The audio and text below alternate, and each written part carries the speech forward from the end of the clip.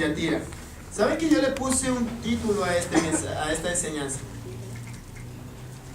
Cuida de no casarte. ¿Con quién creen ustedes? Con Jezabel. Correcto. Porque el personaje que resalta en esta historia de Tiatira es principalmente Jezabel. Vamos a darnos cuenta que Tiatira, bueno, vamos a hablar también un poquito de historia porque tenemos que entender cuál es la causa, cuál era la conducta por la cual el Señor reprende a esta iglesia. Y más que una reprensión, realmente ya es un juicio. Miren, lo que comenzó en Éfeso tal vez como el dejar primer amor, vino Pérgamo, ya Pérgamo empezó a corromperse externamente, y viene Tiatira, ya en Tiatira empieza ya la corrupción interna. No sé si se ha dado cuenta usted.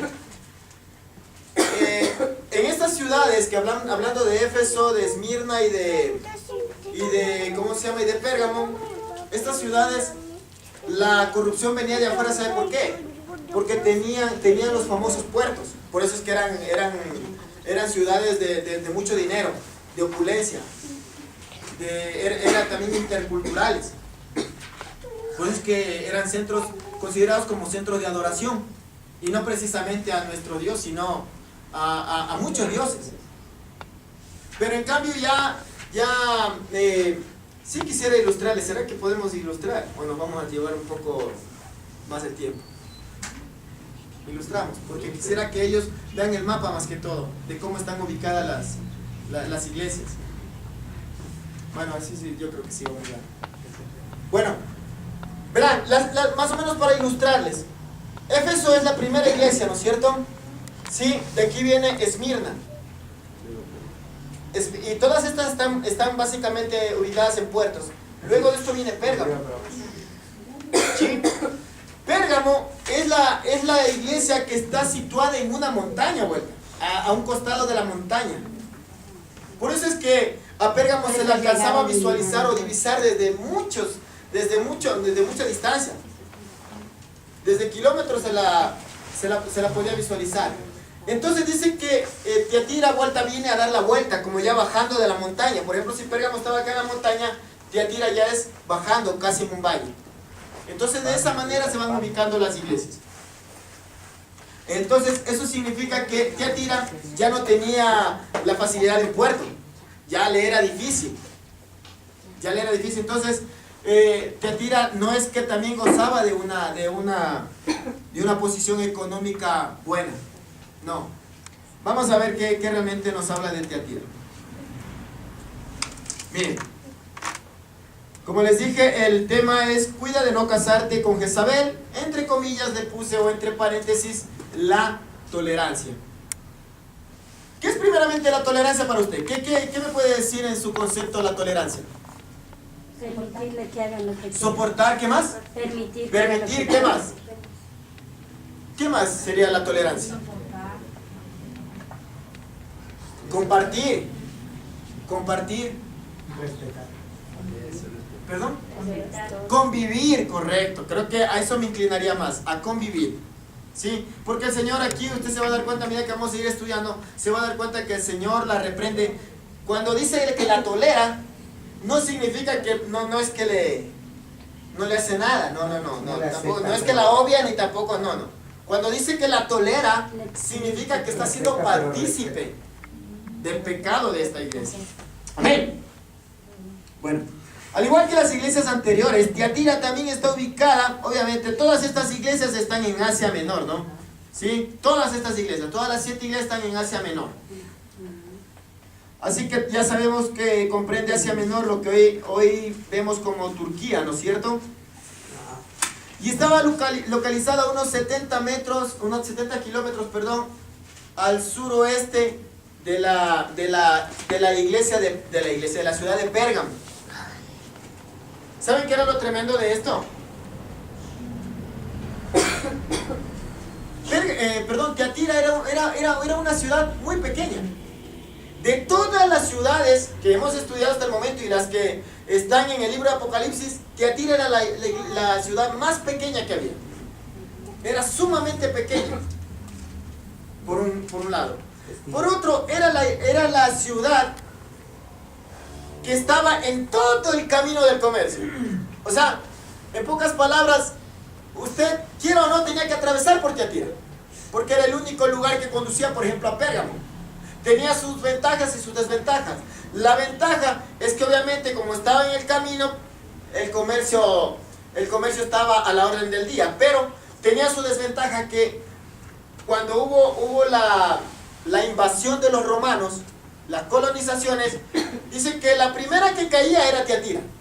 La primera. O sea, porque de alguna manera Pérgamo estaba siempre resguardada. Mírenme, qué tremendo.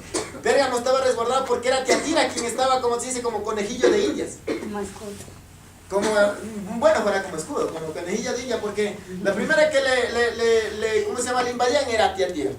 Y obviamente dice la historia que Tiatira muchas veces la invadieron y de la misma manera la volvieron a reedificar. Curiosamente, si bien esta ciudad no poseía una deidad específica, lo cierto es que una de las mayores deidades de este panteísmo era Apolos. O sea, no tenía como Pérgamo, por ejemplo, un centro de adoración. No, Tiatira no era así. Pero obviamente sí adoraban. Como diríamos nosotros en nuestro lenguaje coloquial, tal vez camufladamente lo hacían. Pero una de las deidades que sí se podía visualizar en ese lugar era Apolos, el dios Sol. Ese era como por decir el patrón de Tiatira. ¿Ya? Miren, esta ciudad, si bien su fortaleza estaba en el comercio, sin embargo, no representaba ninguna amenaza para cualquier enemigo territorial. De hecho, al no tener murallas ni ninguna fortaleza que le pueda brindar seguridad, era demasiado vulnerable a lo que les acabo de decir, a cualquier ataque o invasión. Lo que sí es claro, que en caso de alguna invasión a Pérgamo, esta ciudad, hablando de Tiatira, servía como un lugar de amortiguación. O sea, todo lo que le querían hacer a Pérgamo, lo soportaba Tiatira. Y obviamente, ¿por qué habla bastante de la invasión a Pérgamo? Porque sí, Pérgamo por ser un lugar, y de hecho, a la final terminaron invadiéndola, por eso que los romanos hicieron en Pérgamo prácticamente un templo, porque acabaron invadiendo. Miren, en comparación a las otras ciudades, Tiatira no contaba con los atributos y atracciones de los otros lugares, como por ejemplo la opulencia de Éfeso, de Pérgamo, de Esmirna, la belleza mismo de Esmirna. O sea, Tiatira no tenía algo novedoso. Tiatira no tenía algo que te pueda... Algo especial. Algo especial, exacto. No tenía algo especial. Mire, dice, como una colonia militar macedónica era considerada, ¿no es cierto? Pero se desarrolló después como un importante centro comercial e industrial, y ahí es donde yo me quiero centrar. Ahí es donde yo quiero que usted también le ponga suma importancia, porque desde ahí arranca lo que queremos hablar acerca de Esmirna. Se hizo famosa por sus gremios. Es en Tiatira donde nacen los famosos gremios. Que el gremio no es otra cosa que un sindicato. ¿Sí? Lo que conocemos como sindicato. Ya. ¿Por qué nace en Tiatira los gremios? Simple. Porque vuelvo y repito, esta ciudad no tenía algo de novedoso, algo de especial, algo digno de admirar. Pero en cambio, esta ciudad era tremendamente comercial. Y es de ahí que sale su modo de subsistir por el comercio que tenía. De hecho, una de las principales fuentes de mayor ganancia que tenía era la venta de telas y de lanas, de tejidos de lana. O sea, ya podrán imaginarse de dónde salieron ¿cómo se llama? Los famosos tejidos de lana. Y dice que las telas que se vendían y eran sumamente caras eran las de color púrpura. ¿Por qué se vendía esta tela? ¿El color púrpura cuál es? ¿Quién me puede decir cuál es el color púrpura? Morado, Por lila, favor. conchavino. Ese es con... Este es púrpura. Este es púrpura. Ahorita que usted lo ve en la, por la, ¿cómo se llama? Por la luz, se refleja de esa manera. Pero ese es el púrpura. El púrpura es entre un concho de vino y un rojo bien oscuro. ¿Por qué es característico este color y esta tela? Es porque es la tela de los reyes. La tela de los reyes. Entonces por eso es que eran sumamente caras, sumamente costosas, porque me imagino que como era el centro de comercio industrial en Tiatira, donde se fabricaban las telas, los reyes iban a comprar allá.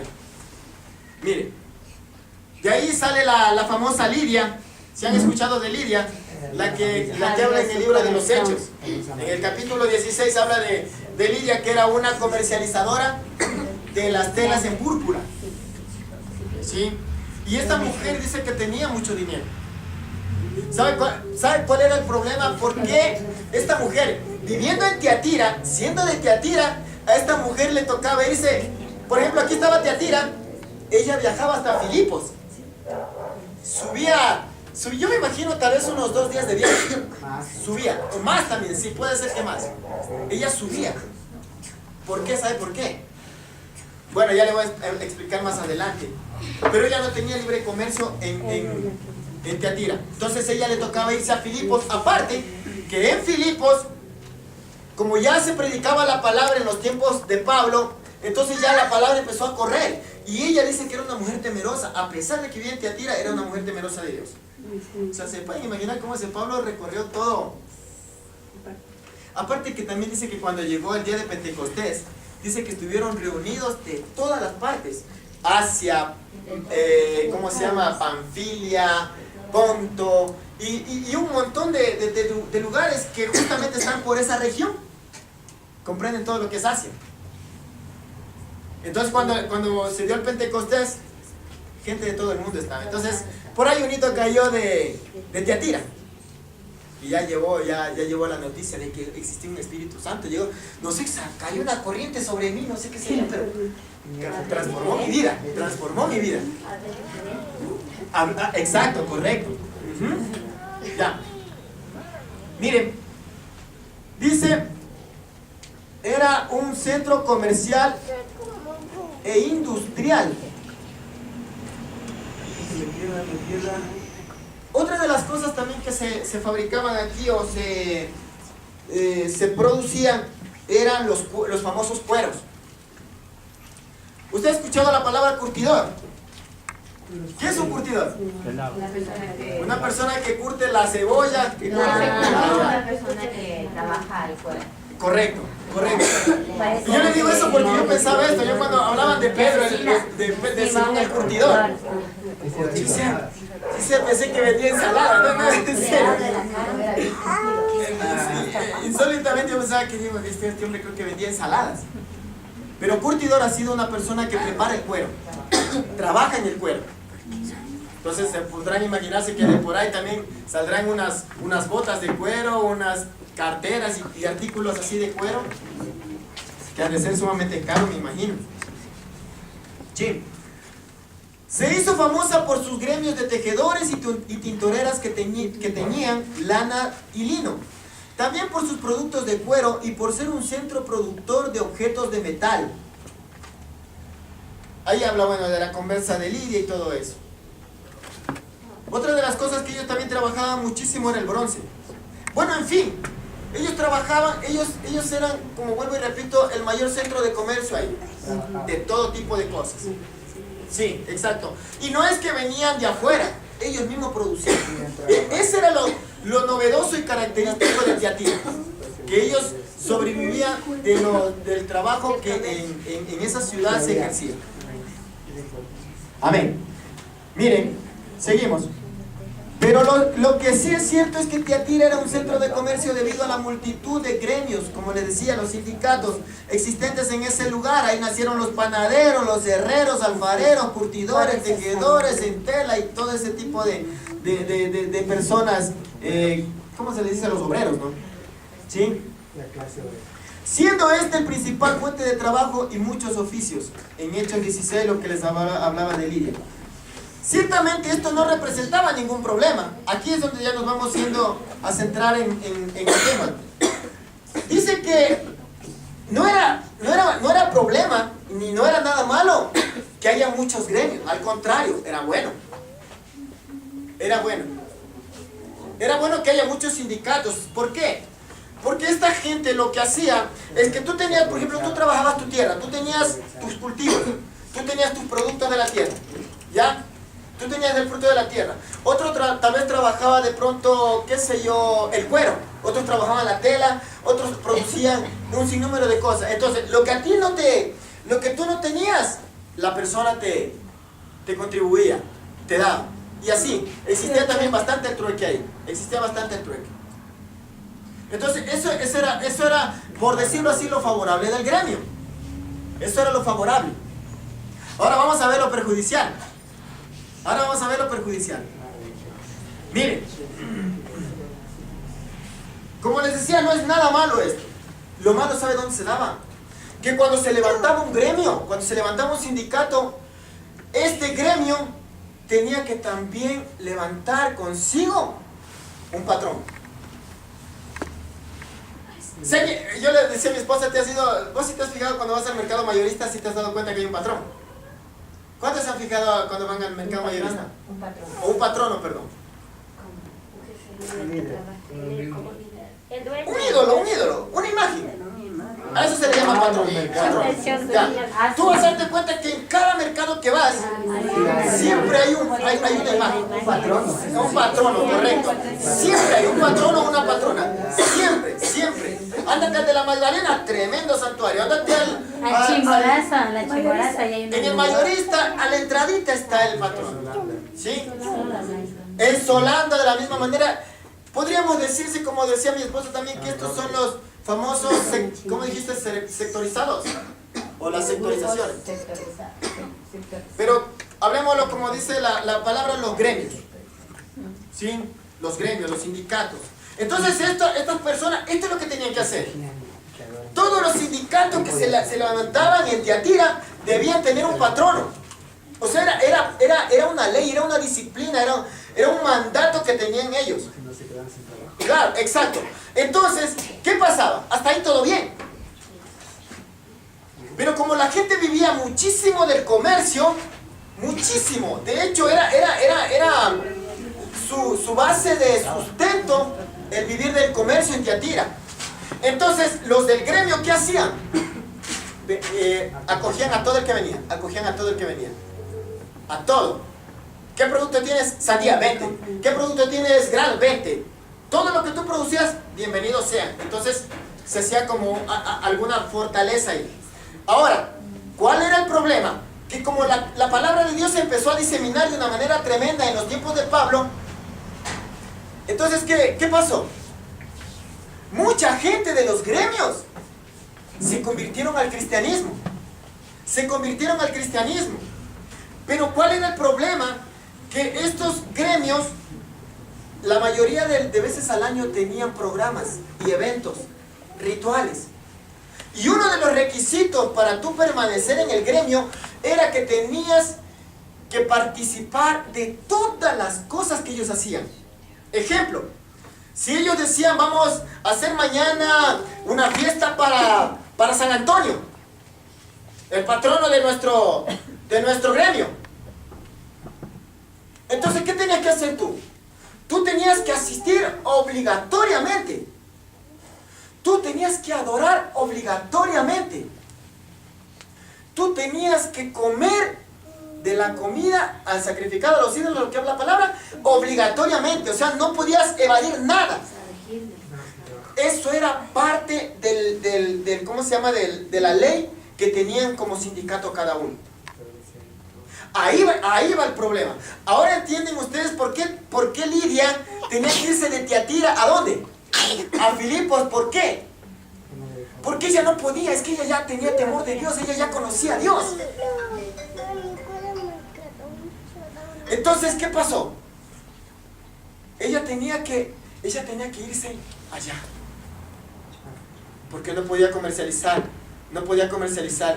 Dice que probablemente ella tal vez pertenecía a un gremio, pero por el mismo hecho que ella no podía participar de las cosas que ellos hacían, entonces ella le tocaba salir a comercializar su producto en otro lugar. Miren, ahí estaba el problema. Ahí estaba el problema como ciudad. Dice, ciertamente esto no representaba ningún problema, de hecho no tenía nada malo, pero la mayoría de los dirigentes de los sindicatos eran personas que tenían adoraciones a diferentes dioses, y los cristianos que pertenecían a estos gremios se veían obligados a participar de estos ritos religiosos, si querían pertenecer o querían seguir perteneciendo a los sindicatos para que su producto se pueda vender, se pueda comercializar. Y si no, usted simplemente se moría de hambre. A usted no le servía nada tener maíz seco ahí amontonado, que se le iba a podrir. Y no iba a hacer nada si usted no pertenecía al gremio. Miren. Bueno. Esta ciudad, a pesar que era la más pequeña de todas las ciudades, su fuente de comercio era abundante. Ahora sí, vamos a la palabra del Señor después que hemos un poco revisado la historia de Tiatira. Vamos a ir al libro de Apocalipsis. Apocalipsis 2, del 18.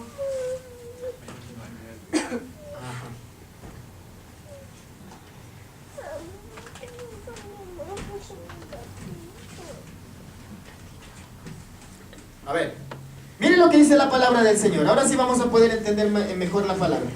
Y escribe al ángel de la iglesia en Tiatira. Algo característico de Jesucristo, que es el mismo que habla cada iglesia, es que en cada iglesia se presenta de diferente manera. En cada iglesia, de acuerdo a la conducta. Por ejemplo, acordémonos que en Éfeso, ¿cómo se presenta? Miren, el que tiene las 7 estrellas, el que anda en medio de los candeleros. O sea, la presencia de Dios omnisciente en todo lugar, que Él sabe lo que están haciendo. En la iglesia de Esmirna, qué bonito cómo se presenta en la iglesia de Esmirna, miren. El primero y el postrero, el que estuvo muerto y vivió. ¿Por qué? Porque ellos tenían la tendencia a desfallecer en su fe. Porque era un centro pagano. Entonces ellos tenían esa tendencia a que su fe se desmorone por todo lo que vivían en ese momento. En Pérgamo, ¿qué pasa en Pérgamo? En Pérgamo le dice la espada aguda. Si entendimos lo que significaba la espada aguda, ¿no es cierto? Que Él es el que hace la separación de todas las cosas, de lo inmundo, de lo impuro, de las tinieblas, de todo, a tal punto que nadie puede decir que no puede sufrir una transformación de parte de Dios. A todo aquel que ha sido atravesado con la espada aguda. Ahora vamos a ver. Ahora miren cómo se presenta con Tiatira. Dice, y escribe al ángel de la iglesia en Tiatira, el Hijo de Dios. Primero que nada, ¿qué dice? ¿Cómo se presenta? El Hijo de Dios. Escuchen. Segundo, el que tiene ojos como llama de fuego. Yo me imagino que muchos hemos leído esto y nos hemos quedado vacíos realmente.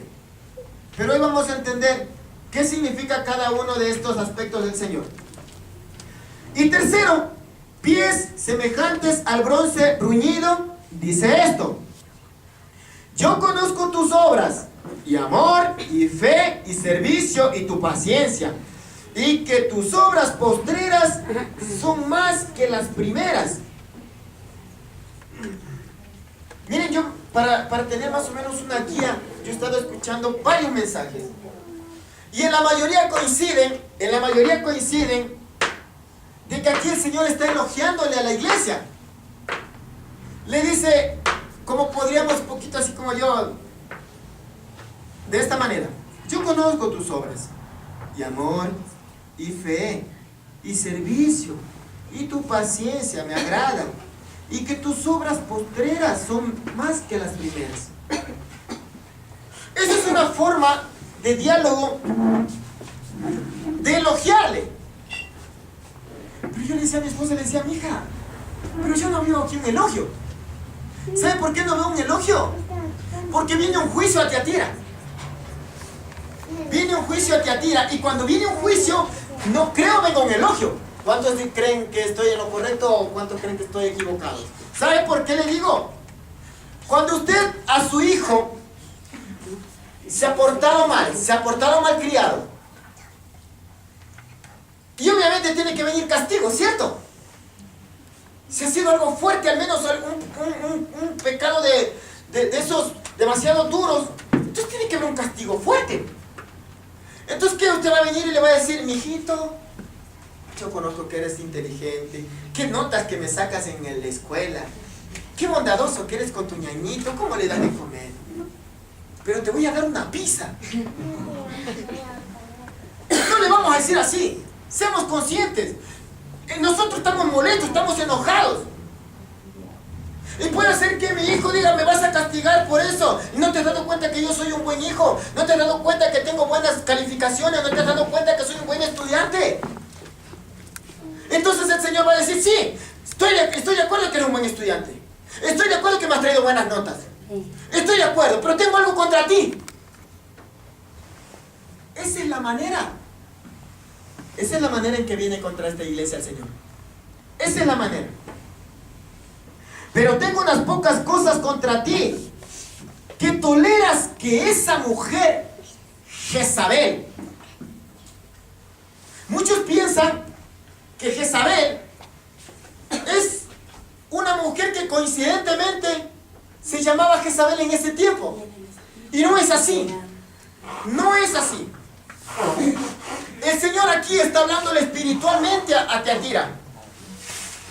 Si bien es cierto, sí, algunos historiadores dicen que hubo una mujer que estaba dirigiendo esta iglesia, aparte del pastor. Es como decir, Marcia, quiero que hoy prediques. Hoy quiero que prediques, Marcia. Y me siento, y Marcia comparte ahí. Y la Marcia empieza bonito a compartir el evangelio.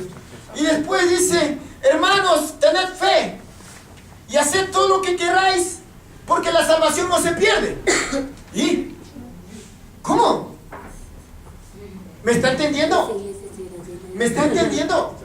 Ya, entonces lo mismo sucedió. Por eso es que viene directamente Jesucristo y al pastor le dice esto. Le dice, yo conozco tus obras. A mí no me puedes engañar. Estoy consciente de que has hecho obra y que las que ahora tienes son mucho más grandes que las anteriores. Pero igual tengo algo contra ti. Que esa mujer Jezabel que se dice profetiza, enseña y seduzca a mis siervos a fornicar y a comer cosas sacrificadas a los ídolos. Entonces, volviendo al tema de los gremios, entonces la gente que trabajaba en los gremios, que pertenecían a los gremios, también era gente cristiana, gente creyente. Entonces, esta gente, ¿qué tenía que hacer? Como ya eran creyentes, ellos decían, ¿y ahora qué hacemos? La palabra de Dios me gusta, sentí al Señor en mi vida, lo acepté, pero también no me puedo morir de hambre. No puedo matar a mis hijos del hambre. Necesito hacer algo. Necesito. Y la verdad que con mi producto no hago nada si no pertenezco al gremio. Es lo que estaban diciendo ellos. O sea, no me queda otra opción. Esa es la lucha que ellos tenían. Pero, oh sorpresa, se levanta una mujer que tenía las características de Jezabel, que tenía el mismo espíritu malévolo de Jezabel. Se levanta y empieza a enseñar de esta manera. Hermanos, Dios me los bendiga. Ya, sorprendidos, que me dijo Dios. Hoy he recibido una revelación de parte de Dios. Usted esté tranquilo. Yo entiendo que ustedes necesitan comer. Yo entiendo que ustedes necesitan vender su producto. Así que no se preocupen. ¿Ustedes ya aceptaron a Jesucristo? Perfecto. Ya son salvos. No tiene más nada que hacer usted. Ya usted es salvo. Pero me enseñaron que tengo que seguir ciertos mandamientos. No, tranquilo. Usted ya es salvo. Usted ya es salvo. Usted es salva. Tranquilos. Y esta mujer, Jezabel, como era una mujer terriblemente perversa, ese espíritu empezó ¿cómo es? A manipular a esta persona que estaba a cargo. Este espíritu. Y empieza a decirle, no solo eso. No es que simplemente le dice que tranquilo, que ustedes ya son salvos. La gracia de Dios, la gracia de Jesucristo nos hizo salvos. No importa cómo vivamos. No importa lo que practiquemos. Su espíritu es el que prevalece. Esa es la enseñanza que está dando esta mujer. Y ahí viene la reprensión de Dios. Miren. Y le he dado tiempo para que se arrepienta, pero no quiere arrepentirse de su fornicación. O sea, en pocas palabras, el Señor le dijo, ya hasta aquí te di. Como diríamos popularmente, chance hasta que te arrepientas, pero ya no quisiste. Ahora sí te viene el juicio. Es ahí que el Señor, de ahí sale, lo que el Señor primeramente le dice, vengo como hijo de Dios. Me vengo a presentar como hijo de Dios primeramente para que a ti te quede claro que yo soy Dios. Cuando estuve en la tierra era hijo de hombre. Cuando estuve en la tierra era hijo de hombre. Hijo de hombre significa un ser humano. Pero cuando yo ascendí, ya soy hijo de Dios completamente. Y tú vas a tener que entender que soy hijo de Dios, primera cosa. Segundo, le dice, miren lo que le dice. El que tiene ojos como llama de fuego. Estudiamos ahora de noche con mi esposa. Ahora están los famosos para ver, por ejemplo, internamente tu físico, ¿qué hace? Los famosos rayos X, ¿no? Los famosos rayos láser. A eso se refiere Jesucristo cuando dice que tiene los ojos como llama de fuego, que a Él no le podemos esconder nada. Él conoce lo más íntimo de mi corazón, lo más íntimo de mi mente. A Él no le podemos mentir. A Él no le podemos mentir. Él viene ya a emitir un dictado, un juicio. Mire, y termina por último diciéndole, el que tiene pies semejantes al bronce bruñido. El bronce bruñido representa juicio duro, fuerte de Dios. Mire usted. ¿Y sabe por qué el Señor trae juicio fuerte? Porque ya viene la muerte aquí. Ya viene la muerte. Y le dice, porque no te has arrepentido, a tus hijos heriré de muerte. Exacto. Se acabó la oportunidad, en pocas palabras. Ya es juicio directo ya. Ya es juicio directo por haberse corrompido de tal manera. Miren. Va a seguir leyendo acá un poco. El que tiene ojos como llama de fuego, la expresión llama de fuego la podemos describir que Jesús todo lo mira para Él no hay nada escondido. A través de sus ojos Él puede examinarnos todo lo que hacemos, decimos o sentimos.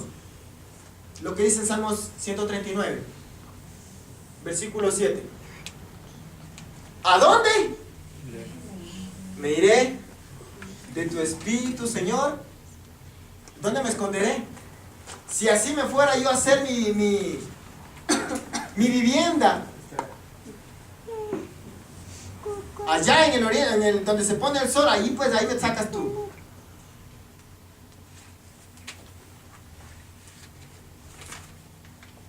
Miren, así como los vehículos, ¿sí se han dado cuenta que los vehículos también tienen esto, no? O sea, los faros no están puestos porque simplemente es una decoración, un adorno. Los faros están puestos exclusivamente para los tiempos de ¿qué? De oscuridad, en el tiempo nocturno, ¿no es cierto? Cuando nosotros prendemos los focos, ¿qué pasa? Todo se ilumina y lo que está oculto sale a la luz. Eso refleja y representa los ojos con llama de fuego.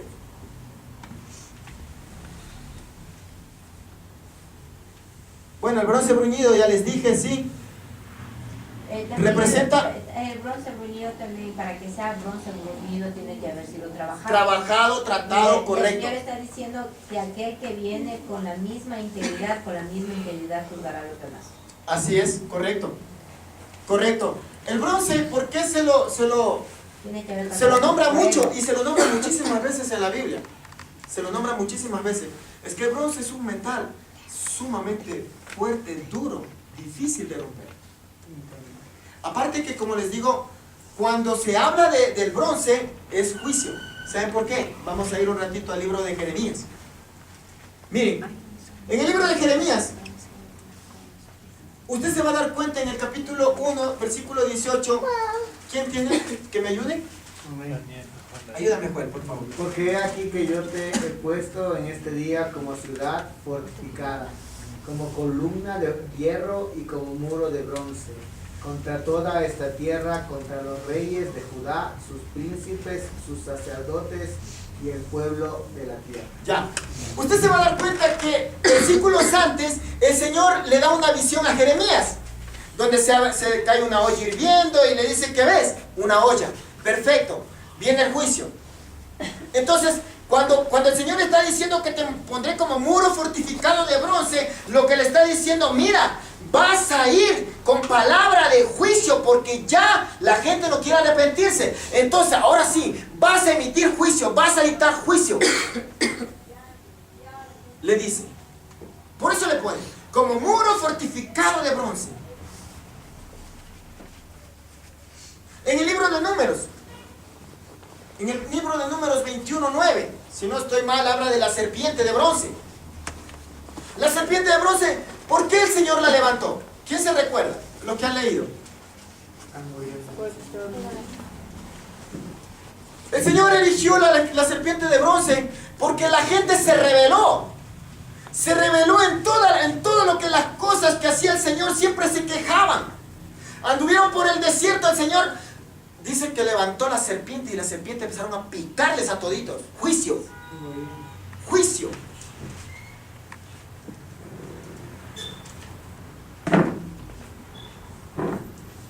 Primera de Crónicas 15. Hay vuelta, habla de que David, una vez que le arrebató el arca a los filisteos, en esa batalla él estuvo tocando las trompetas, los instrumentos de bronce. Lo que Cristo le está advirtiendo a la iglesia y a aquella persona que si no se arrepiente, le viene un castigo fuerte y duro. Podemos ver cómo Jesús reconoce sus virtudes. Como les decía, para mí que Dios le reconoce como lo hizo a Elías, ¿se acuerdan? ¿Se acuerdan de Elías cómo se le burló a los profetas? Le dice, hable más duro, háblele más duro, tal vez está durmiendo. Háblele más duro porque tal vez se fue a hacer sus necesidades, se fue al baño. Ajá, sí. Y a mí me late que de una forma irónica le dice aquí el Señor, sí, yo conozco tus obras, yo conozco tu paciencia, yo conozco tu fe, tu amor y que las obras postreras son mejor. Sí, yo las conozco, así que no tienes que a mí estarme diciendo. Me imagino que tal vez ahí estaban entre ellos de pronto hablando, ¿no? De que han alcanzado muchas cosas, ¿no? Han alcanzado tal vez a agrandar el ministerio, han alcanzado tal vez a agrandar la iglesia, han alcanzado a multitudes. Y por eso es que el Señor le dice, sí, yo sé que las postreras obras están mucho mayores que las primeras. Todo eso soy. Sí. Pero ahí le va la reprensión. Pero tengo contra ti, le dice. Tengo contra ti. ¿Sí? Ahora, ¿cuál es la reprensión más grande que le hace el Señor? Es por tolerar el espíritu de Jezabel o tolerar a Jezabel. Ese es ¿cómo se llama? La reprensión única que le hace el Señor. Incluso esta carta es la más extensa de todas las cartas que envía a las 7 iglesias. Por la magnitud del pecado. Es que tolerar a Jezabel, ¿sabe qué significa tolerar a Jezabel? Miren, vamos a ver qué primero significa Jezabel. Jezabel es un nombre que traducido en el hebreo significa no exaltada. Esta mujer, como todos conocemos, y en alguna ocasión mi esposa dio una clase de las características del espíritu de Jezabel. Esta mujer, primero que nada, sabemos que era una manipuladora, rebelde. Este espíritu jezabélico característico, ¿por qué? Porque nunca viene solo. Nunca viene solo el espíritu jezabélico. Siempre trae consigo otros espíritus. Por ejemplo, los profetas de Baal, los profetas de Astarté, venían acompañados. Así. Mire, es una persona que infunde temor, amedrentamiento. Ya iba a decir amedrentación.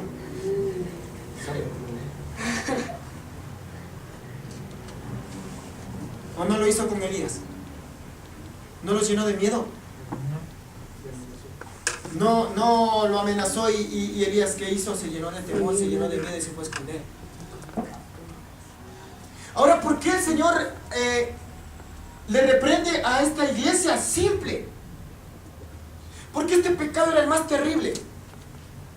Este pecado lo que hacía, primera cosa, que tú participes, al igual que un mundano, de todas las cosas, de todo. Si querías irte a bailar, podías bien hacerlo, no pasa nada. Querías beber, puedes hacerlo, no pasa nada.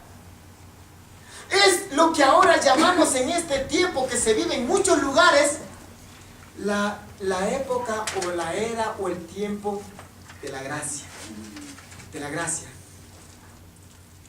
Entonces, como en ese tiempo funcionaba el tiempo de la gracia, si alguien venía y te decía, arrepiéntete de tu mala conducta, ¿sabe lo que hacían?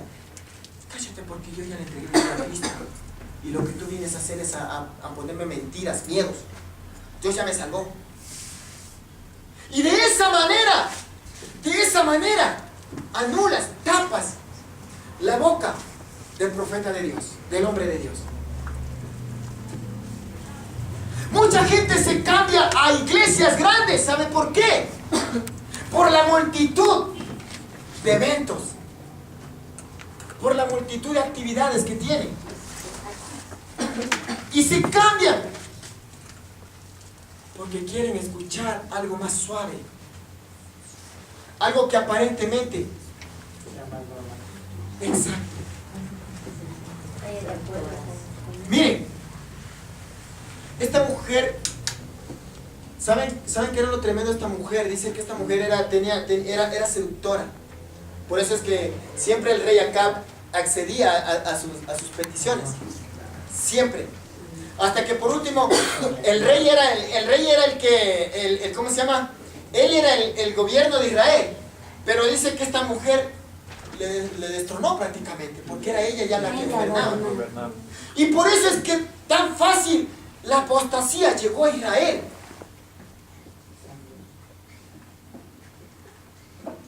Esta mujer facilitó para que la adoración al único Dios se quitara y empezara a haber adoración a Baal. Eso es lo que pasa ahora, mi hermano. Eso es lo que el Señor le había dado mucha oportunidad a Tiatira.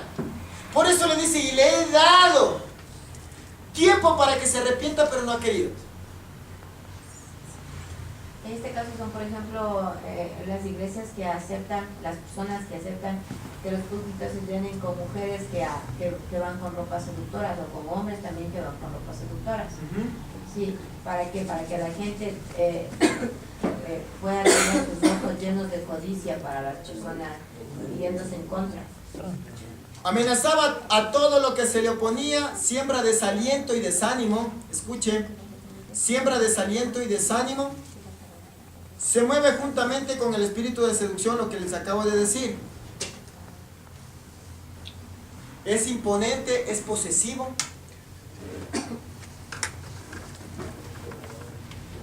Esta mujer, cuando hacía los ritos para Baal, ¿saben qué hacía? Ella contrataba prostitutas. Ella contrataba rameras para hacer cultos, y no eran cualquier culto, eran cultos especiales, eventos especiales, donde ella hacía sus ritos. En el rito que ella tenía, dicen que el rey Acab se pervertió de tal manera que levantaron un templo para Baal exclusivamente. Y las prostitutas entraban al templo, y obviamente con los mismos sacerdotes fornicaban, adulteraban ahí terriblemente. Y esa cultura se estaba ya practicando en Tiatira. Eso se estaba practicando en Tiatira. Miren, por el mismo hecho de que la gente pertenecía a los gremios y los gremios tenían diferentes tipos de patronos, entonces cada uno, las fiestas de ellos eran similares. Habían patronos que tenían fiestas donde ellos tenían que tener fornicación obligadamente. Ellos tenían que adulterar obligadamente. Y si por ahí había un carnal, oiga, le cayó como anillo al dedo esa línea. Entonces eso era lo que se practicaba, y por eso era el riesgo en Tiatira. Y ahí viene la reprensión de Dios. Le he dado, dice, y le he dado tiempo para que se arrepienta, pero no quiere arrepentirse. Mire, en el versículo 21 el Señor le advierte sobre el castigo que le está por venir por causa de no arrepentirse.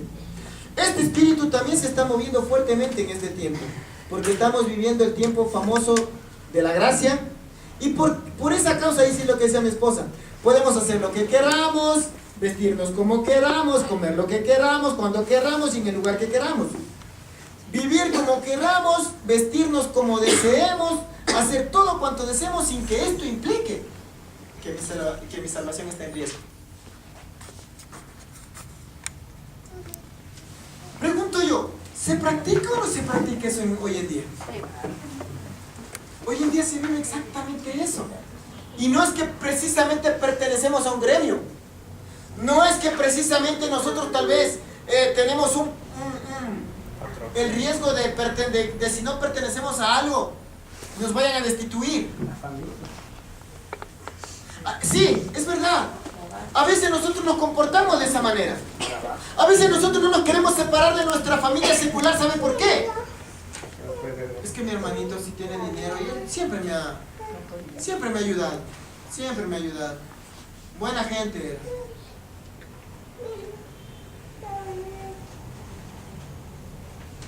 Lo que pasa es que mi familia, muy buena gente conmigo. Ellos siempre me dieron la mano.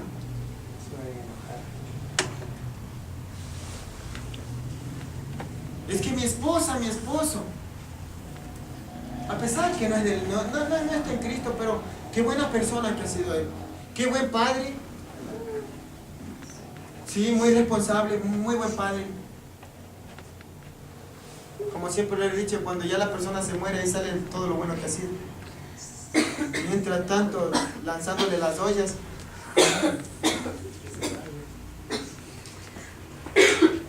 Pero el Señor está dejando en claro que viene a establecer un juicio para aquel que no se arrepiente. Vemos que la advertencia para los hijos de aquellos que también participan de las enseñanzas de este espíritu que se mueve en las iglesias con libertad. Pero el Señor es claro y misericordioso. Él nos dice que Él no nos va a imponer otra carga. Ahora, aquí viene la otra parte. El Señor le hace la reprensión. No está haciendo la reprensión a la iglesia, a las ovejas. Está haciendo la reprensión a los líderes, a los pastores. A ellos le está haciendo la reprensión. Porque son ellos los que dirigen. Son ellos los que si dan una palabra, las ovejas creen que viene de parte de Dios y toca cumplirla. Pero también hay una parte en la que da una oportunidad. Y ahora la otra parte que no se quiere contaminar. Esa parte es la que el Señor le dice, pero mira, a todos aquellos que no se han contaminado o que no han caído en las profundidades de Satanás. Las profundidades de Satanás no son otra cosa que todo lo que se practicaba. Todo lo que concierne al plan malévolo para hacer que la iglesia de Cristo se destruya. Lo que se estaba practicando en Tiatira en ese tiempo.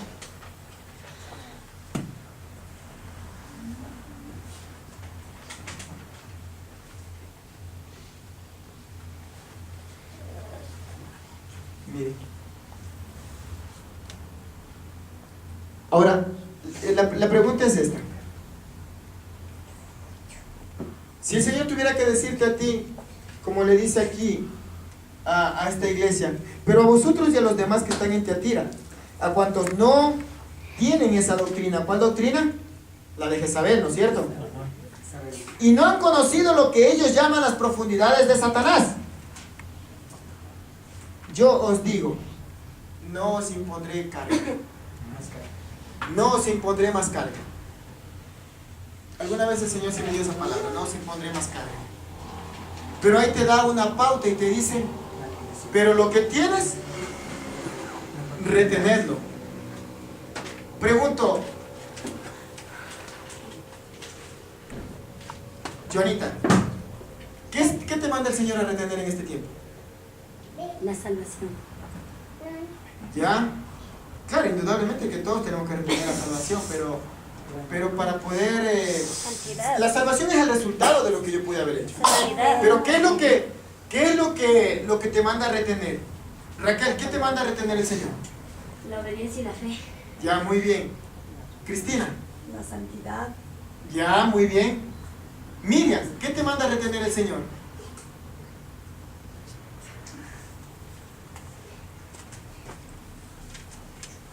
Un poco difícil. Mónica.